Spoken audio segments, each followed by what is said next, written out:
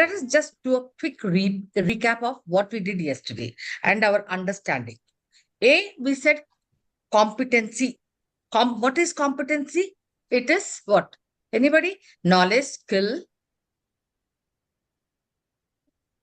Ability. Is it only knowledge and Attitude. skill or attributes like what? Motive, traits. Attitude. These are all underlying characteristics we talk about. Okay. Now there are two kinds of competencies. One is job specific competencies. Nishant is a HR head. And core competencies. So there are certain kind of competencies which are required to demonstrate a superior performance in the organization. Two, Nishant himself has certain personal competencies. Okay, every individual has certain personal competencies. Now, when we are saying competency mapping, etc., in this session, we are talking about role-specific competencies. When do we speak about personal competencies? When we do an assessment center, when we are actually hiring, then we are actually assessing and saying, hey, does this person have these job specific competencies, or what are the other competencies he has? Maybe I can look at some other positions, some other roles, etc. Okay, is that very, very clear?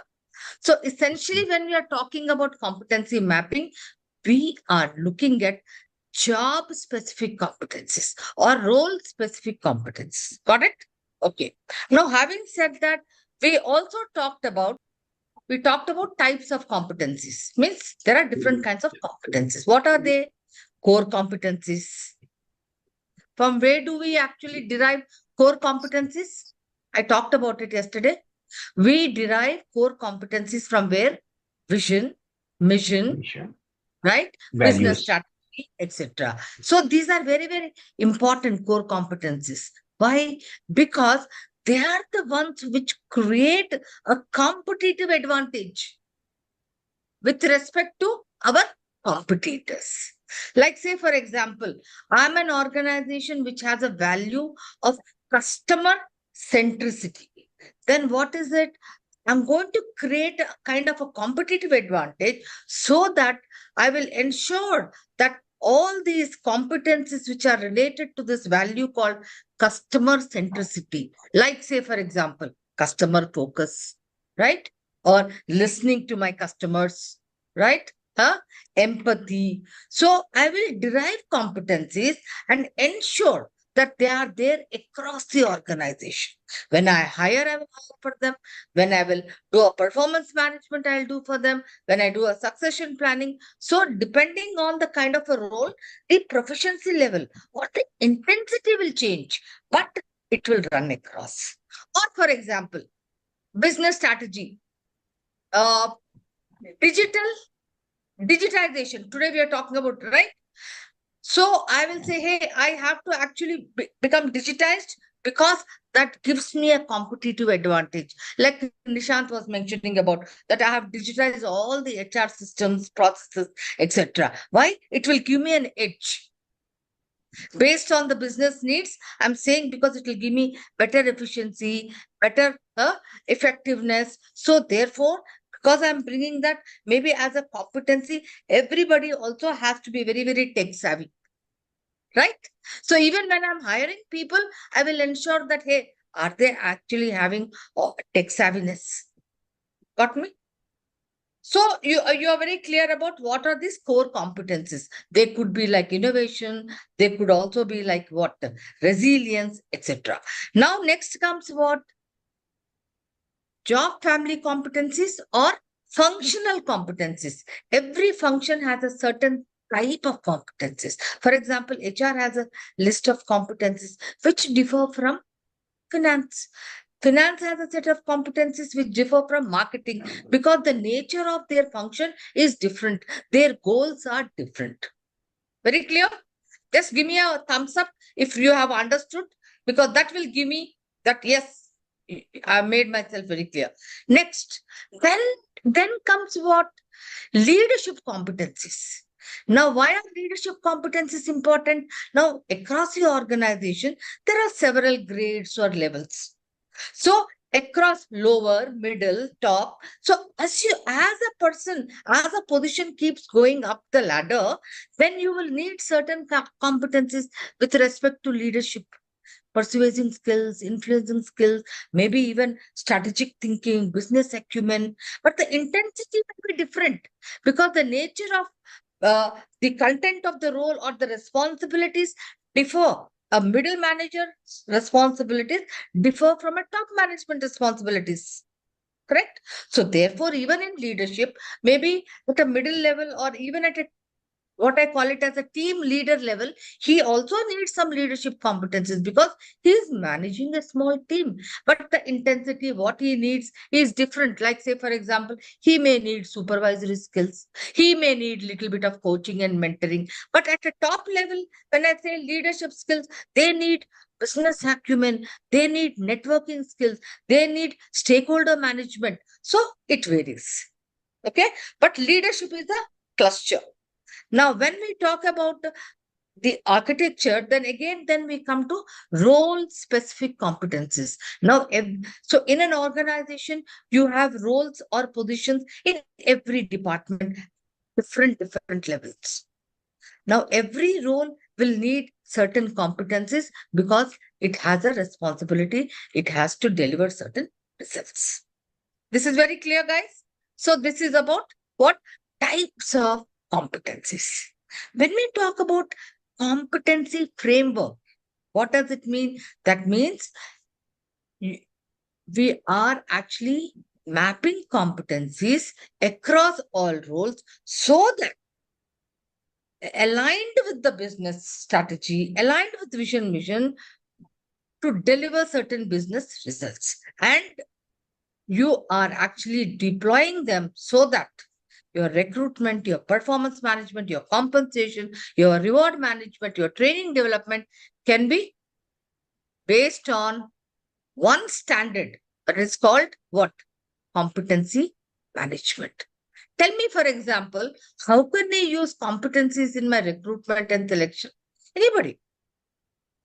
How can you use competencies in your recruitment and selection? Anybody?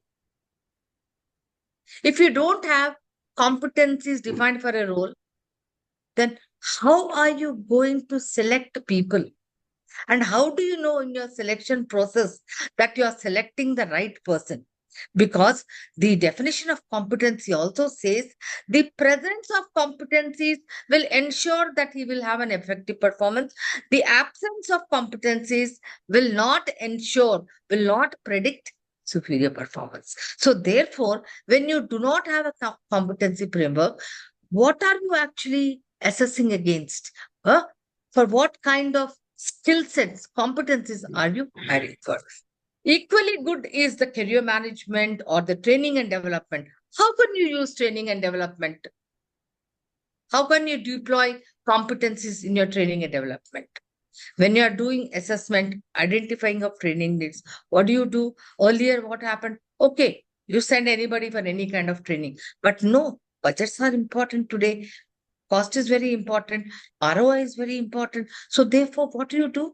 You actually assess and say, hey, supposing KK, he's working in a middle level manager. Now I'm saying in leadership competencies, he's at a level 3, but he requires level 4. So there is a gap. So what I will do, hey, since I've identified a gap, he needs to go for a leadership training because he needs to this leadership competence. Okay? KK? All good? Okay. So further on what we said, today, what are we going to talk about? The coverage will be essentially what we are going to do is having understood what is a competency, okay, and what are these functional, core, job specific competencies. Today, we'll learn step by step process of how do we go about doing competency mapping. Okay, competency mapping of roles.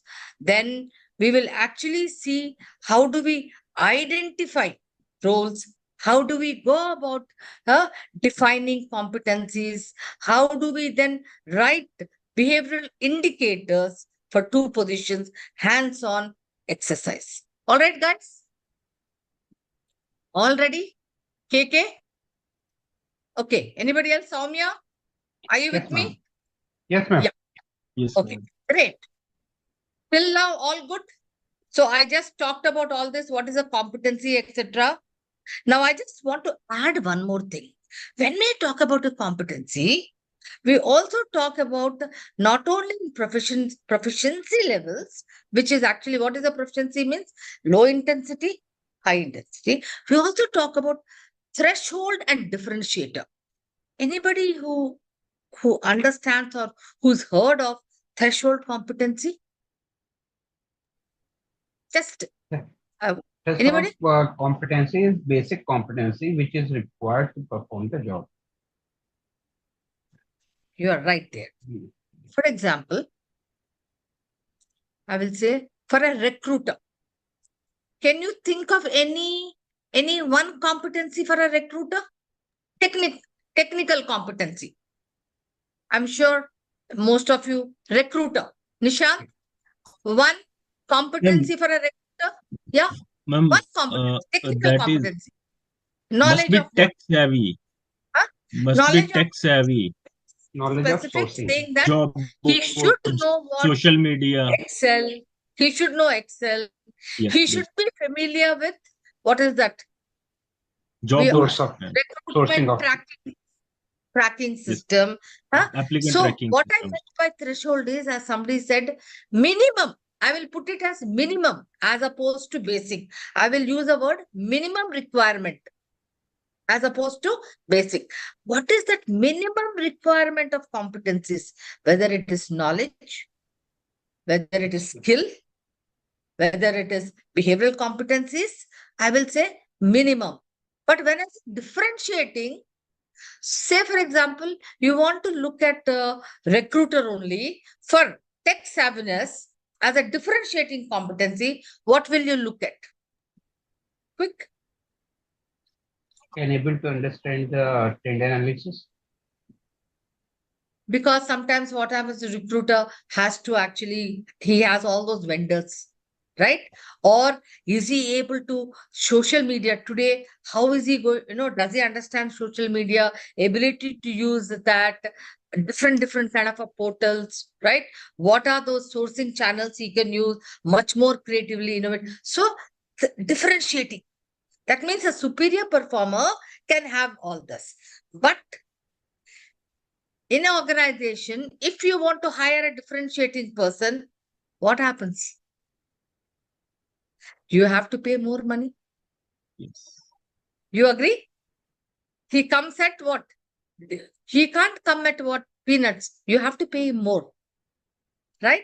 So, what happens when you have a competency framework? You know exactly, hey, can I take this person at a minimum threshold level and train him to a differentiating level? Because this person also will be happy. I will give him certifications, I will train him, and he will also be happy because he will be staying in the system for a longer time. Having said that, when you're doing a competency mapping, there is one more thing which you have to look at, what we looked at yesterday. What is that? The iceberg model. Easy to hire for visible competencies, which is knowledge and skill, but very difficult to train for those competencies which you cannot train. For example, I'll give you a narration. In my past organization in Sutherland, simple, there was this medical coding process. The margins were very, very high. The kind of competencies we required was very high proficiency level in certain technologies, technical competencies, and very high proficiency in communication skills. Now, why? The job required to interface with physicians in the US, because it's a medical coding process where you have to, interface with clients and speak that language and have a very, what kind of a communication? He should be able to get into a very, local kind of a communication where he can exchange, light talk, etc. Now, if I were to, and there was huge attrition. If I, as a recruitment manager, if I have to hire, I was not getting. So, what will be my strategy? Should I be hiring a person who is very high level, high proficiency level in communication skills and medium in technical skills, or high in technical skills and medium in communication skills? What would be my strategy? Anybody? Guys, you all will be facing this kind of a thing. Ma'am, can you repeat the question once again? What is the role? What is the role we are looking for? I'm actually throwing a question at you. I'm saying, hey, this is a medical coding process with a high margins. Okay. Very quickly. And there is a very high attrition in a particular process where two key competencies are required. What is that? High technical skills, because they had to operate certain very niche platforms. Got it? High technical skills. Also, high communication skills, level of proficiency in communication, very high, expert level. Why? Because their role was to converse with the physicians in USA. Got it? Now, if I were to hire a person who is high proficiency at both the skills, very expensive and high attrition, because they get twice the amount of salary and go away. So, if I want to hire, what will be my strategy? Which proficiency should I reduce and train in-house, and which proficiency should I actually hire for? I would prefer to hire a person who is high on technical competencies, because Huh? communication will be improved with in-house training, but or little faster compared to what training on technical skills may take time, or in other words, trainability on technical skills is a little more cumbersome and time taking compared to communication skills. Okay. Right? Okay. Let me hear someone else's strategy. Anyone else who want to volunteer to take a call on this? Anyone else? Ma'am, I think this communication is what we difficult to train at this point of time. I feel so because we hire so many front office associates. So technical, sometimes like Excel and softwares, with little more efforts we can train them. If I talk about particular situation, if I take a if I take a kitchen guy, as I am from hospitality, so basic things we can fine tune. But the basic learning, this communication, we found on practical ground, we found it very difficult to train Nishant, because I take it. Absolutely, you are dot on. Let me, KK. So, my experience, we have done this. So, why I said this is, you have to hire people for skills which cannot be trained, for competencies which cannot be trained or take longer time. For example, communication skills is not just writing. When a person has to speak, like for example, Nishant has mentioned about, when you're sitting at that hospitality front desk, you have to communicate with customers. That communication is totally different. So it's very difficult to train. So you need to really hire for that. But technical skills, put them. So what we did, technical skills, we took at an average, put them in a 3 month course, and they would really become good.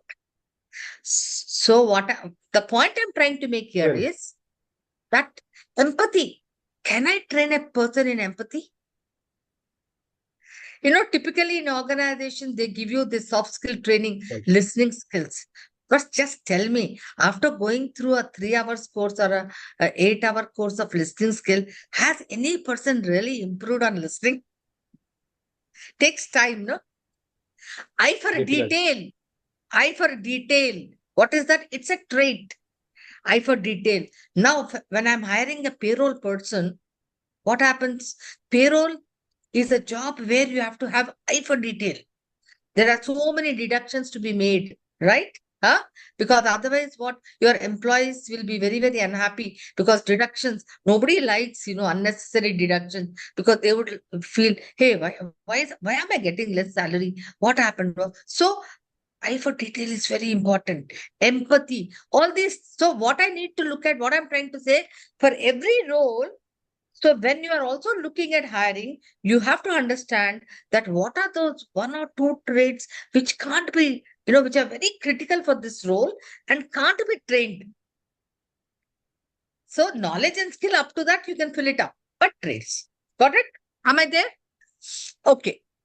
So this is very clear, threshold and differentiating. Now, having said that, we are coming to the major and the main kind of topic, what is called, everybody is actually looking forward to wanting to apply it in their organization, competency mapping. Now, simple, what is competency mapping? That means you are mapping a list of competencies required for the specific role.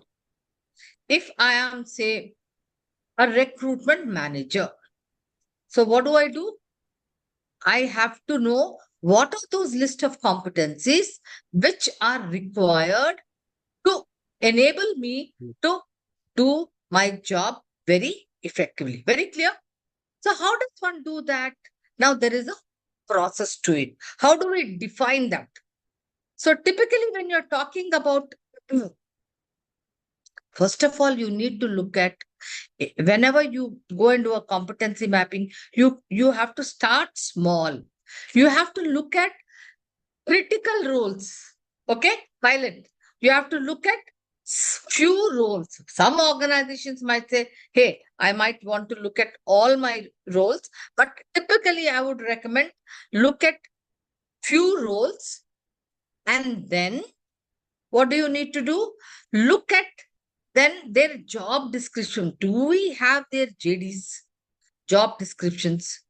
Then you do a job element analysis to define or derive functional skills, which are knowledge and skills. Then you also then derive your behavioral competencies. Then having done that, then you are going to write your behavioral indicators. Now, one question I want to ask you, but why are we again talking behavioral indicators? Why are they always coming up? Why are they important? Anybody? Why are these behavioral indicators important? In competency mapping, we list the competencies required for all the roles. And then we are saying, hey, we have to look at what behaviors, and we have to look at behavioral indicators. Now tell me, why are behavioral indicators important? Aren't competencies good enough? To measure. Pardon? To measure it. Exactly. Say, for example, I will say what? Initiative. Initiative as a competency is very important. Or say, for example, customer focus is very important. But unless and until I actually write the behavioral indicators, which are actually observable, measurable, how can I then see, observe, measure, and see how did this person behave with regard to this particular competency, which is called initiative, or which customer focus or empathy was required by that role. Are you with me now? Yes, give me a thumbs up, guys. Are you with me? Yes, Okay. ma'am. So having said that, this is just a brief. I want to show you a flow. First of all, roadmap of competency map. Now, I said you have to pick roles. But in any organization, positions or roles, they are the same. They are not in isolation, right? A role or a position is a part of certain function or a department. Like, for example, where is that? Like this. Okay. Any role. Say, for example, I will talk about, this Vice President Marketing. This is a role, right? It is in marketing, okay? Reporting into the CEO. So any role as such is not in isolation. It is aligned with certain department, which in turn is aligned to the organization. So therefore, when you do a competency mapping, you start with looking at understanding what the organization structure, the vision, the mission, the values, because these help you when you study them, when you talk to leadership team, they will help you to understand and derive. That's where you derive core competencies. That's where you derive core competencies. Okay. Did we not talk about core competencies? We talked about core competencies. Now, from where are they derived? They are derived from the organization vision, mission, values. Say, for example, I will say a value like customer centricity. So that gets translated into customer focus, etc. And I will ensure that to get that competitive advantage, the strategic advantage over the competitors, I will ensure that my entire organization, cutting across all levels, will have that customer focus in whatever role they are doing. Okay. I'm just going through the roadmap, then I will speak more in detail and we will actually work through it. Then we will look at the role. Now, if I want to know more about the role and responsibility and everything about that particular role, where do we get it from? Job description. Okay, we'll talk about job description. How do we do it? I'll just spend a little time there as well. Then once we have the JD, then we will be identifying competencies by doing what? A job element analysis. Job element analysis. Then through job element analysis, we will be defining the competencies, the list of competencies required for the job to do, and then we will validate, and then we will firm it up in our competency framework. So this is how is the roadmap for a competency mapping process. Okay. So just to give you a visual, as I said, even yesterday I was talking about, when we are talking about these competencies, whether it is technical competencies or whether it's leadership competencies, job family competencies, where do they get derived from? We actually have to study what is our mission, vision, values, derive the core competencies from there, then look at all the various functions and look at the functional competencies or job family competencies, then look at all the technical competencies, leadership competencies, and look at their behaviors, which get translated into what? Behavioral indicators. And the behavioral indicators will have what? Proficiency levels. So therefore, there is a direct linkage with what the employees are performing, whether we are achieving the business results. Are you seeing this? If there is no alignment between what we are doing and what we are measuring with the business strategy, then what happens? The organization does not achieve its results.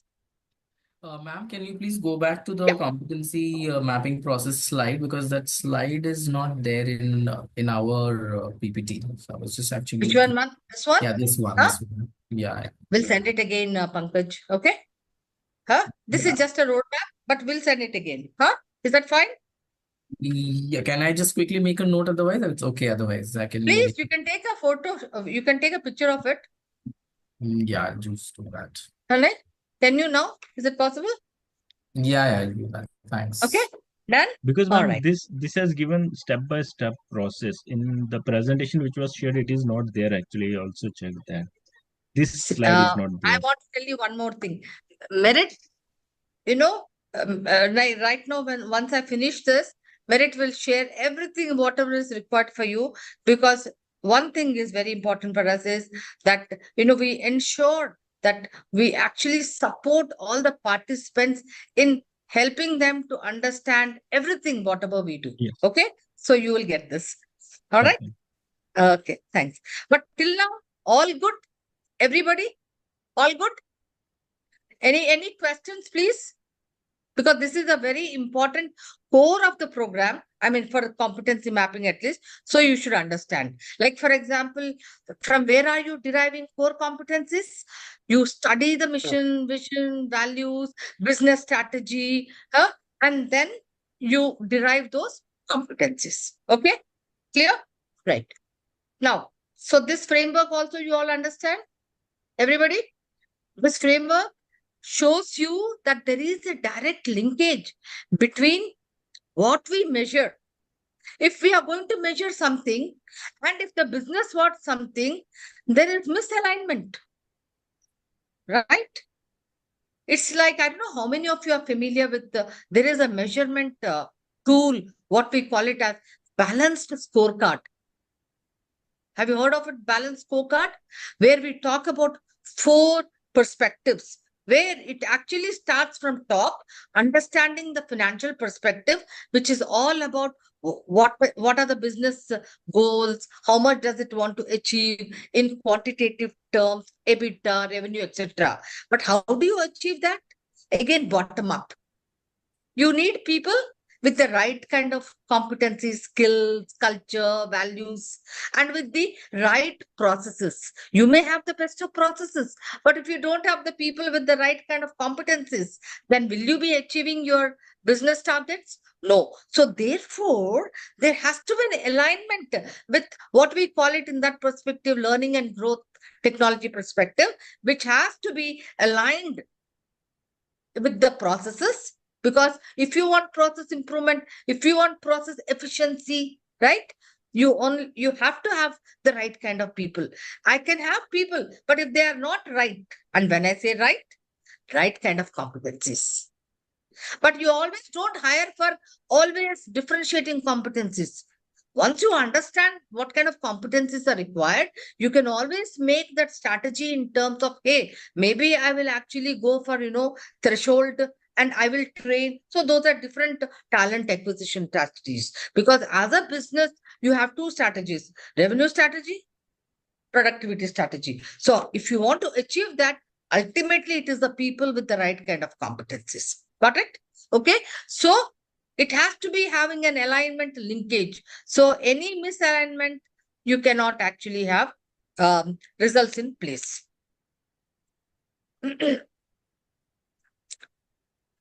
So this is just to tell you, because this is not a core value class, because I can talk about core values, but our focus is more in terms of competency mapping. So values, I hope, just give me a thumbs up if you have understood values, and where are they derived from? Okay. And why are values actually very, very important? Say, for example, I'm a very technically very, very competent person, differentiating, but I'm I'm a person who's absolutely not in sync with company's values. Like, I don't have high integrity, and maybe I'm not an honest person. Will organizations keep me? Quick, please. Anyway, huh? No. So what does it mean, Soumya? That means values are very, very important. Yeah, definitely. Right?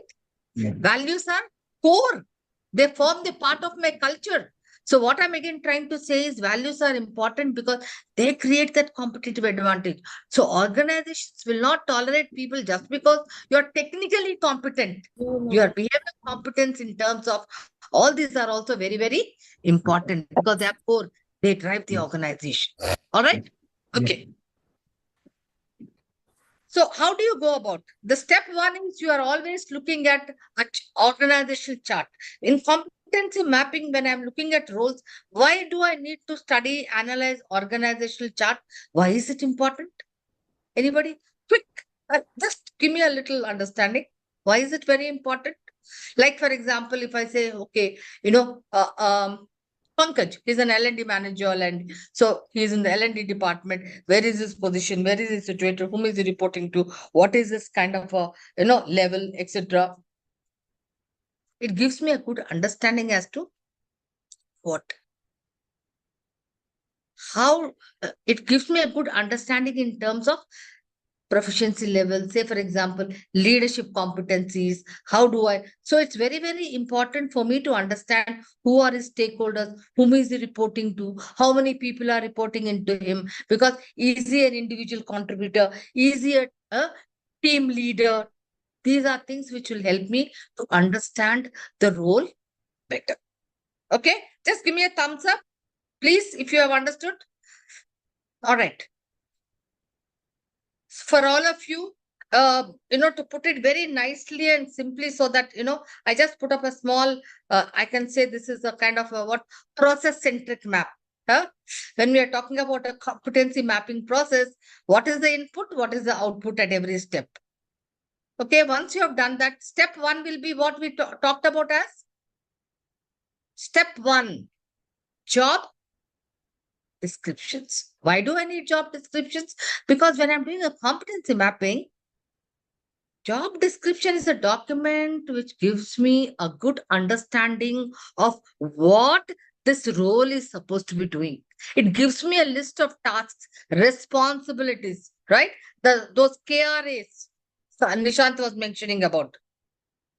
Okay. And if I want to know more, I can actually talk to some subject matter experts. I can do interviews. I can observe this role.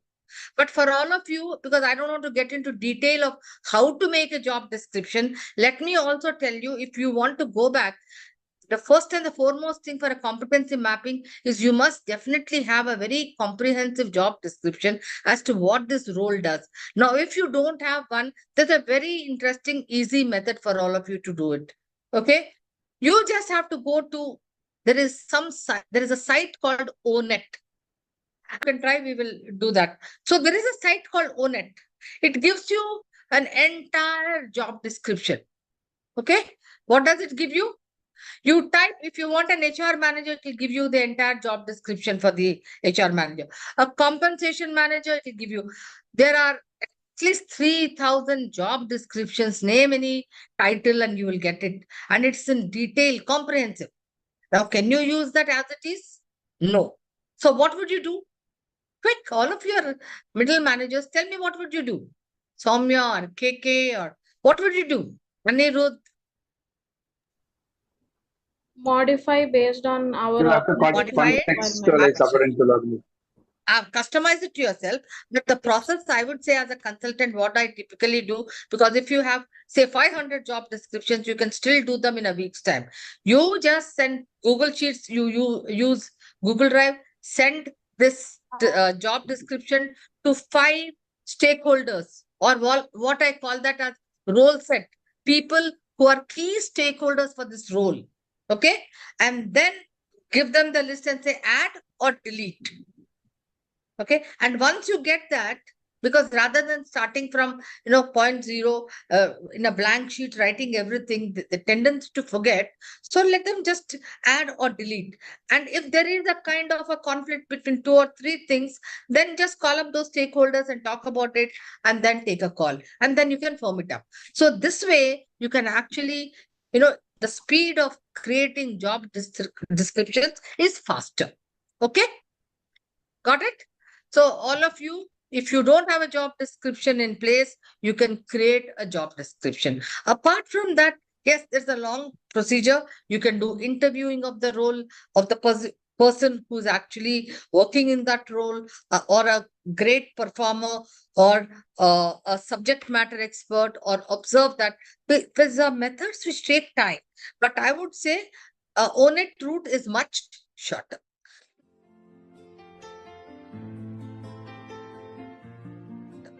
Now, having done that, what do? We will then do something called a job element analysis. What is the job element analysis? Let me go to that framework. Okay. What did I call it as? Step 2, job element analysis. Simple. You are analyzing all the elements. What does it mean? Take the job description. For example, if I have this job description, where is it? Say, for example, This is a job description of an HR generalist. All of you can see. I will read 3 or 4 things. Maintains employee records and updates HR databases. Supports the recruitment and onboarding process. Manage employee queries related to policies. So this is the description. When I do a job element analysis, I will club couple of tasks or activities into one element. Okay. Say for example, here, maintaining employee records and updates HR databases. This in fact becomes one element. Okay. Then supporting the recruitment and onboarding processes. Then manage employee queries related to policies and procedures. So when I say job element analysis, what I need to do, first of all, collect all my statements, put them into different elements, and analyze as to what is the knowledge and what is the skill required. What is the knowledge and what is the skill required? So you do a job element analysis to derive functional competencies or technical competencies. So essentially, when we talk about technical competencies, they are knowledge and skills. See, I already got one made here. I will put it as, I think you can't see. I put a L&D here so that everybody is very clear because there are some L&D people here. Pankaj also can relate to L&D. All of you can see this job element analysis. Just give me a thumbs up, guys. Okay. Yeah, we are able Now, to see it. yeah. Now, all of you are doing a lot of tasks. In your, say, for example, the L&D job, Pankaj is doing a lot of tasks. Now, I club them into certain elements. One could be there are a lot of tasks and responsibilities which he does under the element called design and delivery. Pankaj, are you doing something in the element called design and delivery? Yeah? Yes. Okay. So when you are doing certain tasks or responsibilities in design and delivery, then what will I do? I'll read them, those tasks, and say, what is the knowledge required at a threshold level? That means if I have to do the job at a minimum level, what is the knowledge required? So for example, if I club them under design and delivery, I've just written at a minimum level, you should know the knowledge of what? Principles and methods of curriculum and training design. Okay? Knowledge. Another knowledge could be knowledge of delivery methods, typical basic delivery methods. Like for example, what could be some of the delivery methods, Pankaj? Adult learning, pedagogy. Pardon? Pardon? Pedagogies used for adult learning. Yeah, it is pedagogy which is used. Like in today's times, earlier times, it was only classroom, but today it has increased because of the remote, different, even self-learning. So you have to be aware of if you are going to be an L&D manager or L&D executive. So you have to have this minimum knowledge in terms of understanding the delivery methods. Agreed? Okay. Now, you will also need what certain skills at a minimum level for that same element. What is that? Presentation skills. Okay. Facilitation But skills. differentiating level, what do you think? You tell me. I've just written here, but you tell me. At a differentiating level, that means if you have to be at a very, high proficiency, expert level, then for design and delivery, what kind of a knowledge do you think you will need? You mentioned adult learning principles, which is correct. Absolutely. So I need to learn I should have a knowledge of adult learning principles, various other things. In today's times, I think so much. So you have to take every element and start analyzing and look at what knowledge is required at a minimum level, And to do the same thing in a differentiating way, what knowledge is required? And by doing job element analysis, what will you get? You will get a list of knowledge Okay. and skills both for threshold level and for differentiating level. So this exercise or this analysis for every role will give you what output will be: knowledge and skills competencies or technical competencies. Clear? Simple. I'll just want to know another simple. I'll ask you all. If I'm doing a job element analysis for a campus recruiter executive, typically he will be doing what? Sourcing from different institutes, screening, selecting. Okay. So at a threshold level, when I'm saying sourcing, what will he require? A knowledge level, at least understanding of what? Various institutes, what they do.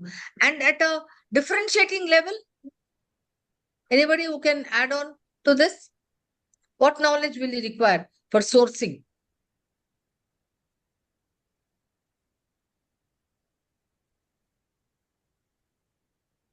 Knowledge of test, knowledge of Pardon? aptitude assessment test, knowledge of assessment tests, which are not commonly used. Something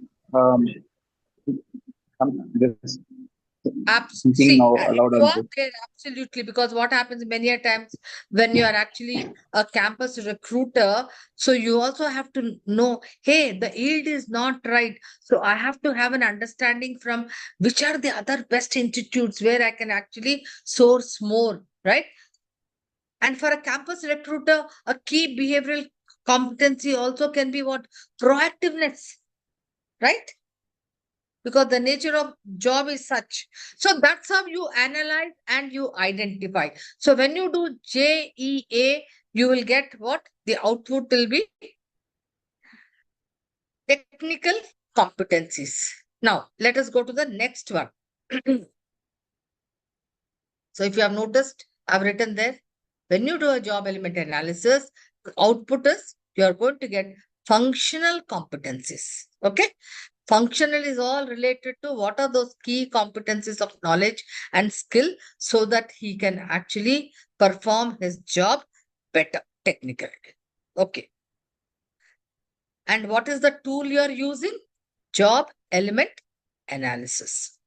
Next, and this is the framework you'll be given. You'll have to do that. Now, next, what am I going to do? You have done core, you have done technical competencies. Now, how will you identify behavioral competencies? Now, behavioral competencies can be done in two methods. One, you can use a ready-made inventory. When I say inventory, what does it mean? You have a list of behavioral competencies with the behavioral indicators, etc. Or you do what? Interviewing of superior performers, and what will you do? You will use a method called critical incident method. Have you seen here? Critical incident method. Has anybody heard of a critical incident method, CID method? Anybody? No? Okay. No. So when I say critical incident method, what does it mean? Say, for example, you are interviewing. I want to hire a person who is customer focused. So how will I interview him? I will ask him, tell me about a time when you had to deal with a customer and what kind of a challenge you had. Okay? Critical incident around that. And you want to know what did he do? How did he go about? So based on his actions, his behavior, I'll be able to measure whether he was high on customer focus or low on customer focus. But just by asking him, are you a person who is high on customer focus? Nobody is going to tell that I'm low on customer focus. I will say yes. Now I'm going to ask you a question. Are you a team? KK Singh, yes, sir. Are you a team worker? So, how will you ask this question? If I want to for team working? How will you ask? Quick. Guys, please. Soumya, We can Nishant. ask, ma'am, we Huh. can ask the in previous in the past what they have done. So with some Simple. example incidents. Tell me about a time when you had a challenge with your team members. How did you go about handling it? No, critical incident. But to start with, what is your team size like? If he's an individual contributor, then he'll have to tell you a story. No? But let me tell you, when you talk about critical incidents, you are able to find out because one or two, because the story is not more about the outcome. Yes or no, pass or fail, success, no.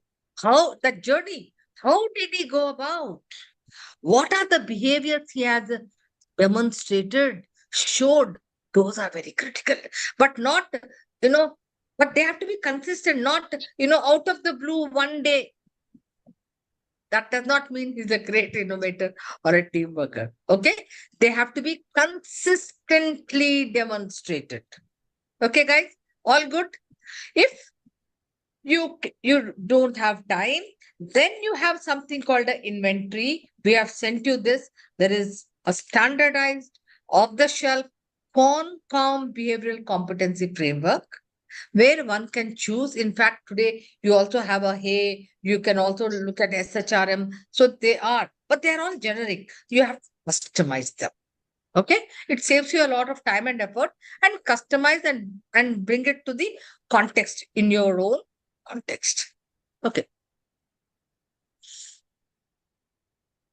So these are all the same thing which I talked about.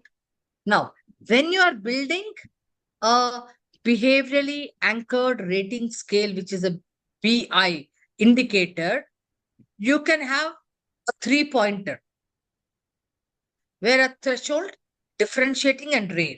So threshold is the lowest, 1, 2, 3. The next is 4, expert, advanced, proficient, and beginner. So that means beginner is 1, proficient is level 2, advanced is proficiency level 3, and expert is 4. Then again, superior, adequate, ineffective. Then you can have nascent, developing, mature role model. The question you may ask is, should we have 3? Should we have 4? Should we have 5? I would say, based on the amount of work we have done, never have a very wide range. That is, don't have 6, 7, etc. Becomes difficult to analyze, manage. But never have even a very small, proficiency level range, like just about, definitely not 2. But yes, maybe in some roles, like say, for example, at a team member, at an associate, sometimes proficiency levels could be limited to 3. But I would say be around 3 to 5. That's a very good, by and large. It's a good proficiency levels. Okay. This is how your indicator bar will look like when we talk about behavioral competencies. For example, this is competency, impact and influence. This is the definition of this competency. These are the proficiency levels, basic to expert level. And when you are analyzing the job, these are some of the behavioral indicators. Okay, guys? Also, okay. Now, the final output when you do a competency map will look like this. Somebody can tell me, first of all, what competencies are there? Just tell me what type of competencies are there. Anybody? I'm actually asking you all to do so that it becomes more interactive. This is the output after So these you are all do core everything. competencies. You have a core, you have functional, behavior. and behavioral. Now, that is the first thing. Then what you need to have?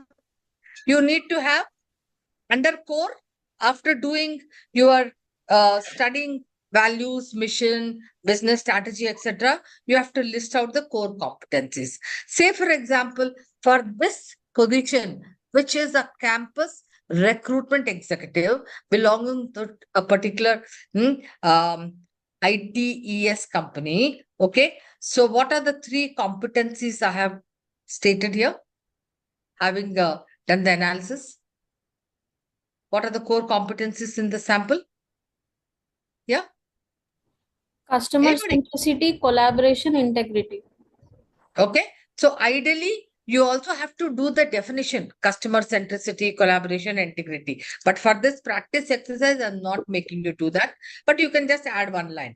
When after that, then you have to write your what? Behavioral indicators. Okay. So here I have just given you three levels: basic level, advanced level. Now, this is your output, and now you wonder, hey, but how am I going to do all this? From where will I get data? Where is the input?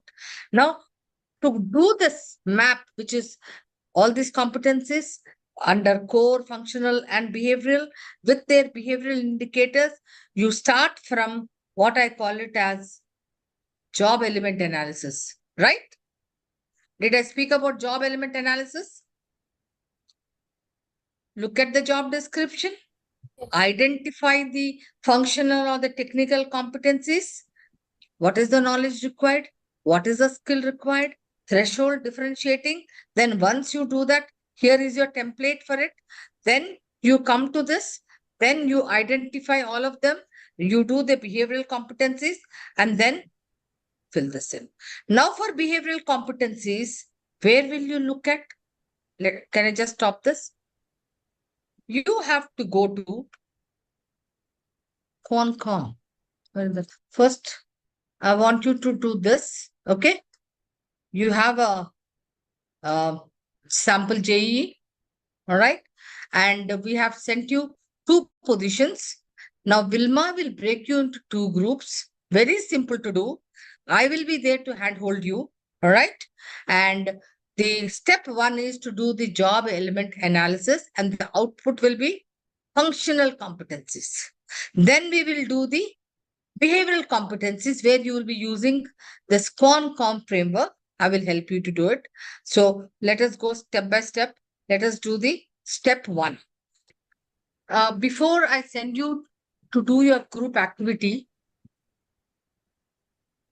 I want to go through one job, doing job element analysis, so that you don't have difficulty when you're doing this exercise. Is it okay with you all? All Sure, of you? ma'am.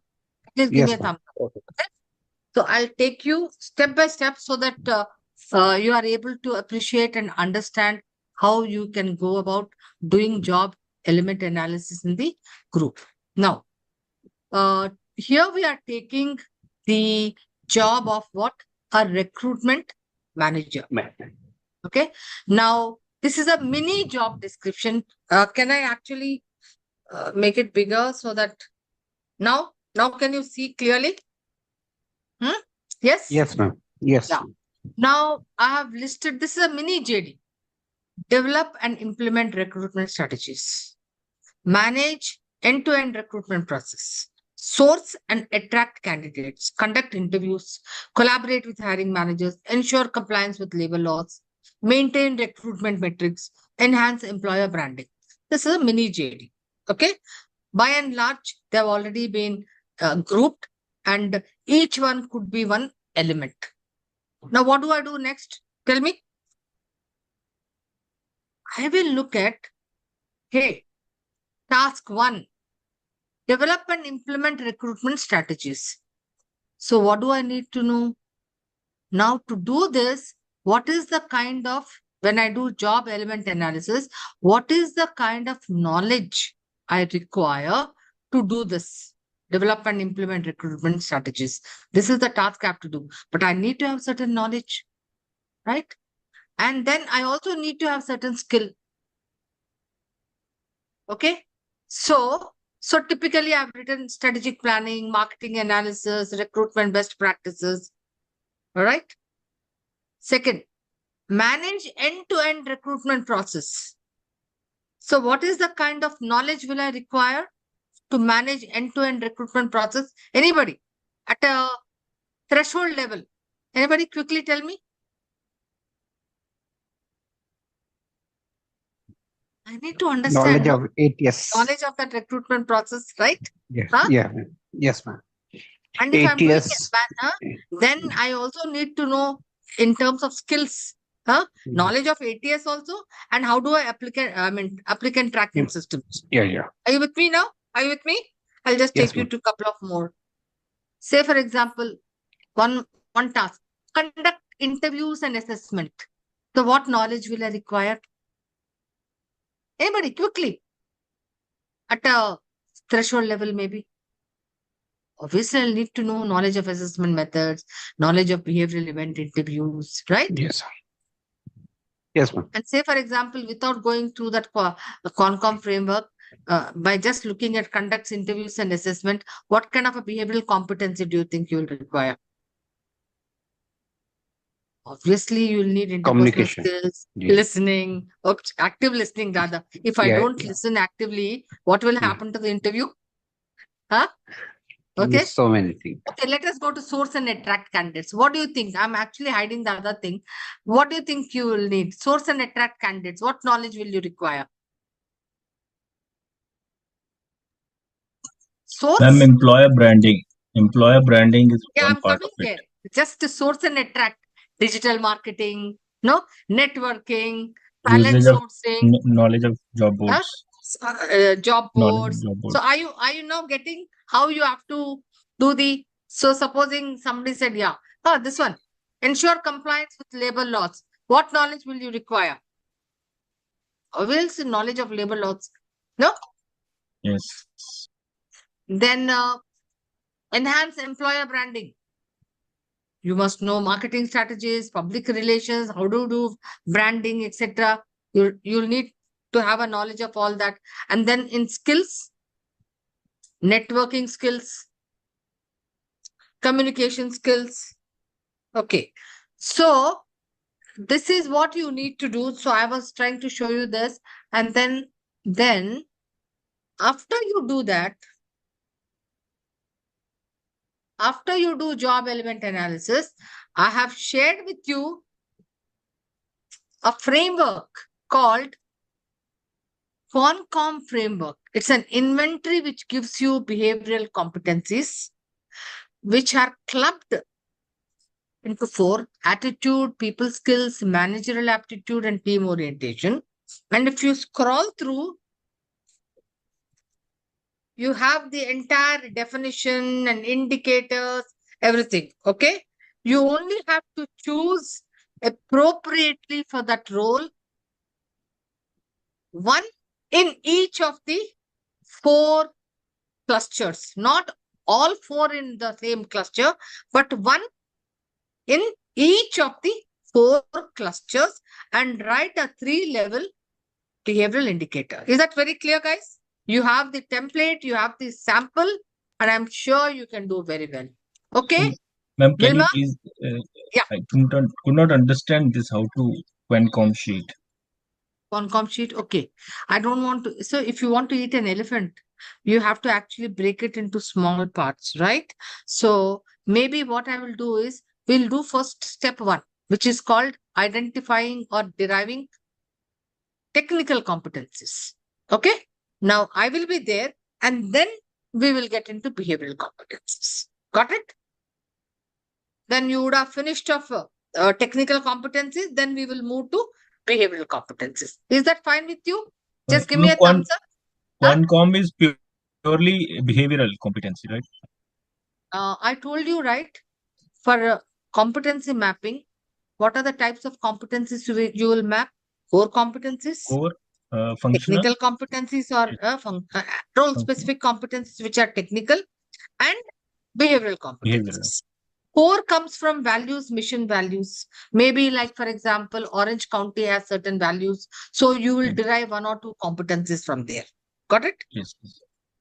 Technical will be from job element analysis. What is the knowledge required? What is the skill required? Got it?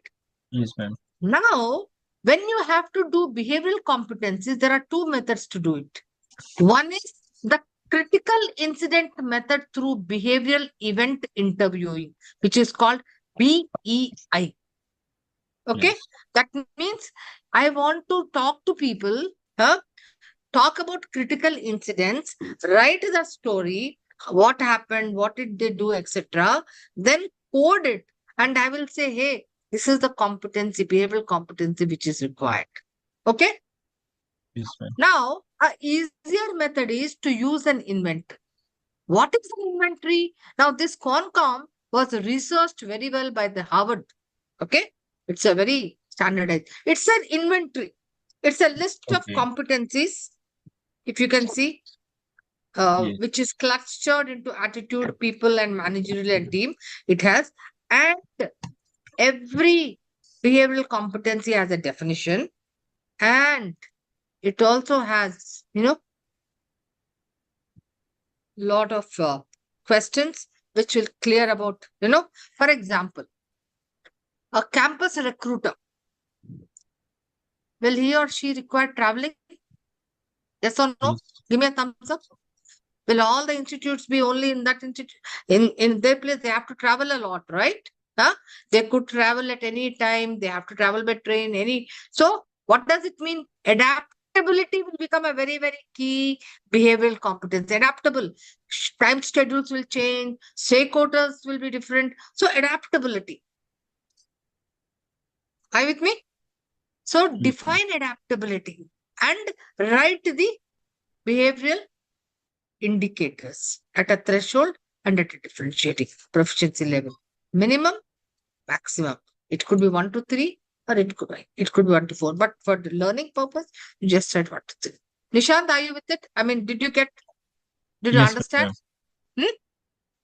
Yes. These questions are to get the critical incident method to do a behavioral event interviewing. Say, for example, I want to assess whether Nishant has this adaptability with him. So these are leading questions for him. Okay. These are the behavioral indicators. That means if a person will demonstrate this kind of a behavior, what kind of a behavior, the presence or the absence of that competency will be proven by the behavior demonstrated. Got it? Okay. Tell me, are you ready now to get into your groups and work? Yeah, good. Okay. See, this I've already looked at and they have done a very good job of job element analysis. Now, behavioral competency, attitude. No, actually, to be honest, we really couldn't relate to the with the exercise what we need to do. Okay. Uh, Can you show me the Concom? I will help you all. At least yeah, sure. I will explain so that you can go back and do it. Of course, just a minute.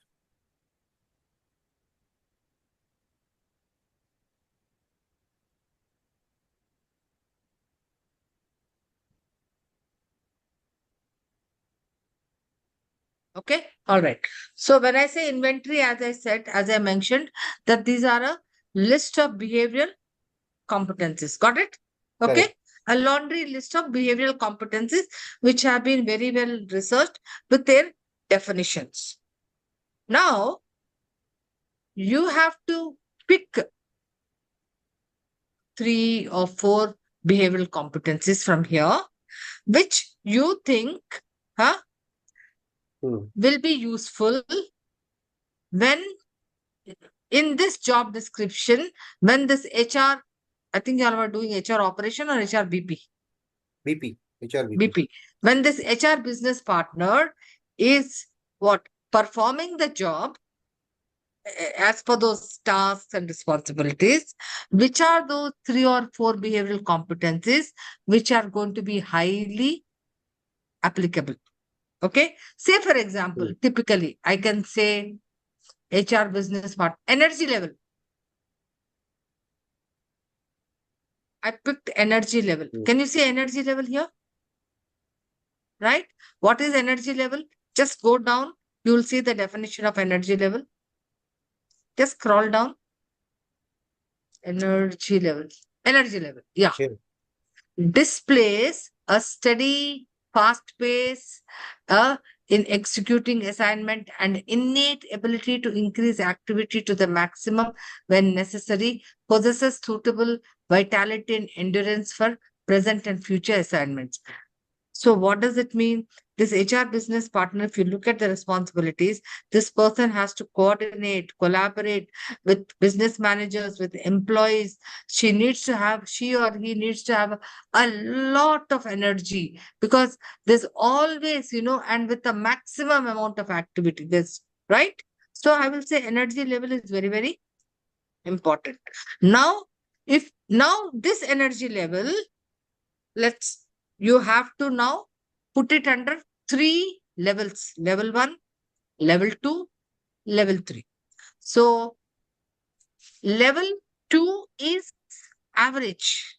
Level 1 is showing poor. That means displaying not, a poor pace of in executing assignments, you can say. Inability to what show activity during maybe when there is a need. So you have to look at all those activities and write that indicator. Level 1 will be showing really poor amount of energy. Level 3 will be showing maximum energy, possessing suitable vitality, endurance. And what will be 2? Average. You can actually write modest or showing average amount of energy. Are you with me now? How you actually have to write an indicator? Please go through my post PPT, session PPT. I have actually taken time because that is only the toughest thing. You will see that I've given you so many examples as to how do you write those behavioral indicators. Okay, Nishant? Now it's clear. KK? Very, Huh? very clear. Yeah, yeah. Huh? Now it's very, very clear. Yeah, No, sure. no. Yes, ma'am. Now I You can have read to the go back to my well. session Yeah. once PPT. You will have a lot of examples how I have explained clearly how to write behavioral indicators. I mean, bars, proficiency wise. Okay. And I'm Correct. telling you, even I, just by doing it in the first 5 minutes, I can't be an expert. You have to repeat, do more often, practice it, and only then you will become perfect in it. Okay. True. Right. Now, can I have the other group share so that you can also see? Now, go to the template. Okay, just be there. Go to the template, please. Go back to the template. Now, go to this sample competency. This one? Go to sample competency. No, the one which as a sample I have given you. Yeah. Go to behavioral competencies. Scroll down, you will see. No. Scroll down. Okay. Now you see. Say adaptability. Mhm. So at a efficient level or at a expert level, what does it say? What kind of a behavior does it show? Adaptability. Level 3. Correct. Just read out adaptability. So level 3 guides stream through 1 second. Through changes effectively. Ah, But so see level 1. adjust to last minute changes. And see the middle one. Stays effective under pressure. Correct. So can you Clear see now. that intensity is very low in level 1 and very high in level 3? Let us look at another one. Result orientation. Look at the middle one. Delivers quality hires within timelines. But look at the poor guy. Meets individual hiring targets. But look at a guy who is expert level. Exceeds targets and improves recruitment outcomes. Do you see a difference in the behavior at a expert level and at a average level and at a poor level? Yes, Yes, no? of course. Yeah, Huh? it's clear now. Let us see communication. Communication at an expert level influence decisions with persuasive messaging. But at a level 1, writes clear emails. But medium presents confidently to college audiences. So you will see that based on this behavior, then I will observe the person and I will say, is he at level 1? Is he at level 2? Is he at level 3? Now, after having assessed him, if he is at level 1, but actually I need him to be at level 3, then what will I do? I will give him training in communication. Hmm. Are you with me? Sure, of course. Okay. All right. Okay. Where is this is the other group, or have I finished with both the groups? No, I think there's one group. Yeah. Where's Pankaj group? I'm stopping sharing Yeah. my screen. Now you can actually stop sharing. Where is the other group? Pankaj, are you all there? Was in KK's group. Yeah. Who is in this group? Who is Ma'am, I'm actually sharing sharing. the screen? Me, Paul, and Anirudh are in this group. Something somewhere. Okay, great. But knowledge of returning knowledge, payroll, basic forecasting analysis, ability to analyze data, predict data, which gives more clarity to management. Yeah, but when you write, competencies, you don't write which gives more clarity to management to take decisions, right? Huh? But if you want to add, you have to be very crisp when you're writing a competency map. Using AI skills for forecasting, computation, having knowledge of different kinds of budgets. Okay. Yeah. I think you're good here. This is easy. Now, let us get to this competency. What competency did you all write for behavior? So we did one, which Planning. was Good planning. planning. Yeah. Managing day-to-day activities and implementation. And I'm looking at advanced strategic planning for long-term and meeting organization goals, proactively managing the resources and people. You're spot on, guys. You have done a good job here. But also, I must say, planning is easy. Yes. Okay. But I think So great I job. have a question. Yeah. Yeah. Can you please tell us, we worked on stamp template number 1, which is Okay. job element analysis template. Right. And then, of course, the sample competency, basically, we worked on that. But we need to understand how does it translate to the competency template, whatever we have done in the job element analysis template. How does it translate to the last template? Exactly. So if you have noticed, let us just look at sample competency plate. Paul, can you just put that there? Okay.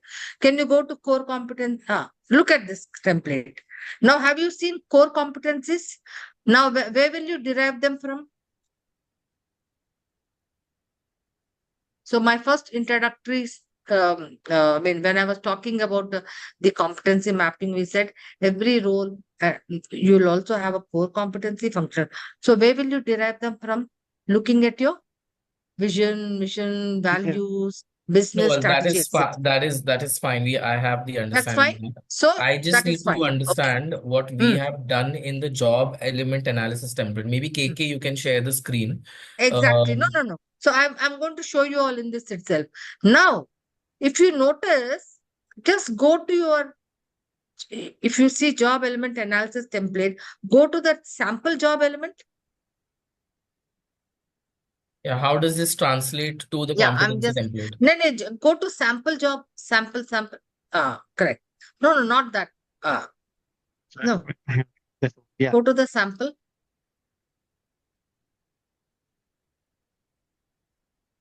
Yeah, click on that. Okay. Now, these are your job elements. These are your functional competencies which are at a threshold and a differentiating. Now, what you typically do is, now these are those competencies which get, now you go to that sample competency, which get translated to this final output. Can we do it using Look, our example for more understanding? Maybe KK, can you share the screen? Absolutely. Where is your, I can I share? see your, can I see your job element analysis? Paul, you Because then close it it. will get clarity. Yep, as Oh, to- because absolutely. they're using Can you just KK's open the document. template Yeah. of yours? Can you open your template? I will help you all to understand Okay. the work you have Yeah. done. Yeah. Okay. Job element analysis. Yeah, just open that. Yeah, Okay. this is what So we've done. what these are your elements. What did you write here? Understanding business structure, stakeholder. That means what? Some amount of, so under that competency, you will say business acumen, competency, business acumen. Okay. You will write interpersonal skills as so. Here in your sample competency where you are writing, you will write under functional competencies, you will write what? Business acumen, interpersonal skills, networking skills. Okay. No, KK, she's talking about the sample competency template. Sample competency. Right. Right. Yeah. So that gets translated into your functional competencies where if you have noticed event planning, screening and evaluation, stakeholder management, recruitment analytics. So this is a combination of knowledge and skills, but you can write all those competencies which pertain to knowledge and skill here. So, under columns, under functional, can we not write the same job element that we've mentioned, the stakeholder management over here, in Good column question. 3? Very good question. Why should you not write a job element? Job element is a task, is what you need to do, responsibility. But competency of knowledge or skill is a competency which helps you, which enables you perform that job better. Are you with me? But sometimes your terminology can be such that maybe that, like for example, here, maybe, campus branding, that also could be one of your element. But here, even that also gets translated into your competency. So But maybe, yeah. KK, if you at the bottom, can you just create, I mean, can you just write that our job element there, which is stakeholder management? Mm. And because stakeholder management is something that we have clustered, right? Looking at the various tasks or the duties and responsibilities. So that itself is a cluster of. Can I just pause there for a minute? When you say stakeholder management, it involves so many things. It could be collaboration, right? It could be Correct. understanding their needs. It could be partnering with them, right? Right. Huh? Correct. So there are so many activities in this. So all those statements, small tasks which have been there, together you have clubbed under stakeholder. Now that Correct. stakeholder's definition will be different depending on your role. If you are a PR guy, it will be different. If you are a HRBP, it will be different. Huh? If you are a legal officer, it will be different. So in the context of what of the job, again your competences will So we need to then, second step is to create those definitions, right? What you've mentioned in D, E, F absolutely, as per the. absolutely. This I took a little shortcut for you all. So, but definitely, as I said, if you see my PPT, today's PPT, which I've already shared, and Vilma is going to another modified version, you will see that I have shown you very clearly, uh, a definition of the competency, and then name of the competency, and then behavioral competency indicators. Okay, that is proficiency levels. These are absolutely important. Now, let me come to how do we use them. So I hope the entire group is there. Why is it very, very important? Because when I'm using it for my L&D, if a person is at a proficiency level of 1 and I actually need him to be at 2 or maybe 3, then I need to give him training in that particular competency. That's how it is used for L&D purposes, competency training. So it's called competency-based training, right? Or for example, career laddering or succession planning. I will look at, I want to promote this person, say for Pankaj, he's at a grade 2 where L&D, but to head L&D. Now, what are those competencies required for head L&D? Map. And what are the present competencies he has and he's good at? Now, I will actually then see what are those gaps, and then it's called developmental centers. So I will help him to what? Bridge that gap by doing training, coaching, mentoring, etc., and creating preparedness. So therefore, in organizations, if you know, they all do what for retention purposes. They do career laddering, succession planning, helping or people to you know this is called actually upgrading their competencies so that there is actually a talent pipeline, because in today's time there's always a talent war and you don't want people to attrite. Ma'am, So you're can always I keeping. interrupt here, please? Yeah, yeah, So just to go back to our flow of conversation, when the next step after we identify the job element and we right, identify the threshold and the differentiator, right, step number two is to come and create indicators of that competency, correct? Or of that exactly, job element. So the job exactly. element can be called as competency is my question number one. And question number two is No, question, let me pause here. Job element cannot be called as competency. so how do we, so I'm not able to understand through this sample competency sheet over here. Okay. So Hmm. where do we place that whatever we have created in our job element analysis template, where do we place that the output from there? What kind of input do we add so that we first create the indicator and then after that we create proficiency levels of those indicators. So when we talk about proficiency levels of the indicators, of course, we're going to again articulate those proficiency levels. I No, so also when you feel actually create proficiency levels indicators, so typically what happens, you also validate by talking to your, because context, I said competencies are contextual. You talk to your own role holders who are superior performers, so that I'm able to actually then say, hey, at an expert level, this should be an indicator. Then from there, I can always map, you know, no, that other is fine because proficiency we cannot, levels. in this situation, we cannot have those kind of interviews. We cannot go back to talk to Mm, anyone. As a mm, mm, hypothetical situation, mm, can we mm, create go step by step in terms of create, right from the job element analysis to the mm. journey where we actually create these indicators and proficiency levels, because that's what I think we are trying to Yeah, do. yeah, absolutely. That's what we said. Like the one which you all have created, not sample, the job element, sample JEA. No, where is that? Which one you have done? The KK, work you all have the done. job Hmm? element analysis template, Yeah, please. job element analysis.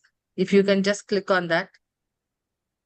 Yeah, so I'm actually unable to visualize the journey from creating this to creating. To your competency template. Yeah. For, are you able to visualize that from job element analysis, what you have done from the JD to job elements, putting them into elements, translating them into what kind of competencies are No, I'm required for not able those to elements? visualize. That's what I'm Okay. my Can we yeah. just go to the template, what you have done? Element analysis template. Click on that. Yeah. Yeah. So, for example, Ma'am, legal compliance. Okay. You want so to take ma'am, which one? One of this. Yeah. yes, I would like to put my point of view here only for Yeah. a Yeah. quick Who is reference. this? KK? Yeah. KK, yeah, I'm KK. Haha. Please. Is there any element of subjectivity between the competency and the job element, depending upon various situations and circumstances? Somewhere, Mm. competencies and job element having a very thin line of differentiation. Can we say that? No, no, no. Unless, see, you have to validate, of course, but there won't be much because you are definitely, it's simple, it's simple. You are listing out all the tasks. Now, what does it take to do these tasks? Simple, no? Yeah, So, when you're doing that's a clear. functional That's okay, ma'am. analysis, mm, mm, That's okay. That's okay. mm, Job mm, element is clear, very clear that this is mm. a part of the Okay. JD, and lot job elements makes a JD job description. That is why Tasks. it's Right, element right, and right. description. It's okay. Mm, mm. Where we talk about where the competency things come into the discussion. Yeah, So efficiency, which right. or somewhere efficiency is just synonyms of the competency in terms of that particular job, right? Mm. Can we say that? No, no. When we talk Partially. about behavioral competencies, it's more related to effectiveness. See, I could be very, very Okay, technically okay, competent, okay, but right. effectiveness. Pankaj, just 1 minute. I'll just respond to KK's question. For example, I'm giving a sales manager, okay, technical, all those functional competencies, product knowledge, everything he has. But sales manager also has a sales team of say 10 people, 15 people. So what is his role? Essentially, leadership role. That means he has to delegate, he has to conduct meetings, he has to coach, mentor, help them to sell. His job is not directly to sell, directly to sell. So, is there a behavioral competency involved here? Yes, there is a cluster of leadership competencies involved, which involve planning, mentoring, coaching, etc. You agree? Now, Right. are you trying to see the difference? So, every role, depending on the nature of the job, okay, and as the job becomes complex, your behavioral competencies become higher and higher. Because at the lowest level, it is more to do with just knowledge and skill. Your question That's was, okay. Till KK, here it's okay. that can there be subjectivity? Subjectivity, if you can't say, hey, I've just learned competency mapping, I will go tomorrow and do it. No. It's an art and science, and you have to have validations, etc. You have to have some kind of expertise, right? Hmm. So there will be subjectivity if you are saying, I've just learned it and I'm going to do it. Well, probably, okay, let me put it differently. Okay. So at least except behavioral competencies, say for Huh. functional competency and the job element, having a very silver line of differentiation. Can I ask this? You got my question. Now you brought personal Competency is competency. altogether different than job element. What is personal competency, KK, according Functional to you? competency. Actually, you Functional said competence. functional competencies. Okay. Functional Functional competence. competencies are more by technical competencies, right? Right. Okay. Hmm. Okay. Yeah. So functional competencies, and is there a what subjectivity with functional Very competencies thin and line difference between very thin line difference between the competency, especially functional competency, and the job element thing, which we are writing in. The job element. just get this very, very clear. Thin line, no.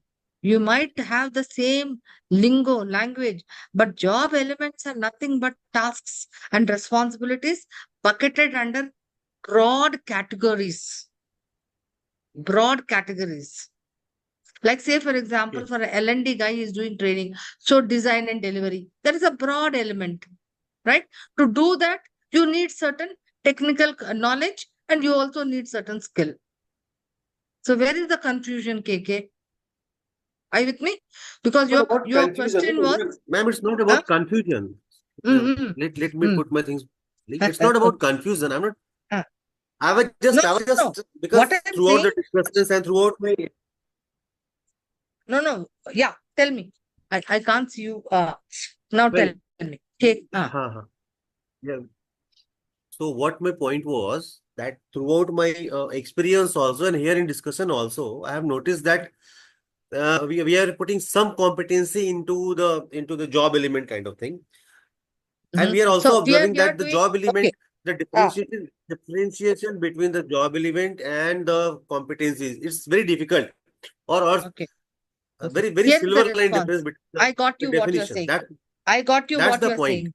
Okay. KK, Yeah, I got you what you're saying. yeah. So now we have a lot of um, samples, showcasing all this, which Right. Vilma will send you. She's going to send you, she's going to also give you certain homeworks to do, but she will definitely give you samples so that they help you. That once you do one assignment, let me tell you, you'll be very clear. Now then, it will be very clear to you that, hey, if these are the job elements, then what kind of technical competencies are required for it? Okay. Then you will see that sometimes maybe the language is similar, but definitely there is a differentiation. Okay. And if it's still there is some benefit Sure. of doubt, you can just call up and I can explain to you with another example, which I can send it to you. Okay? Sure, sure. Fantastic. Okay? Yeah, Pankaj. Yeah. I think we kept Pankaj. I want to clarify Pankaj's benefit of doubt also. Yes, Pankaj. Where are we? So no, it's still the same thing. I just need I need a visual representation or a flow of how things flow from one table to the other. Excellent. And Excellent. so I need to see that basically. I Excellent. also have another Huh. observation or doubt, because it in the PDF it says that we need to, or we when we write competencies, we Huh. cannot use words like relative adjectives like good, effective, and we cannot use relative adverbs like quickly, slowly, immediately, and we cannot use qualifying phrases like greater confidence, etc. Yeah.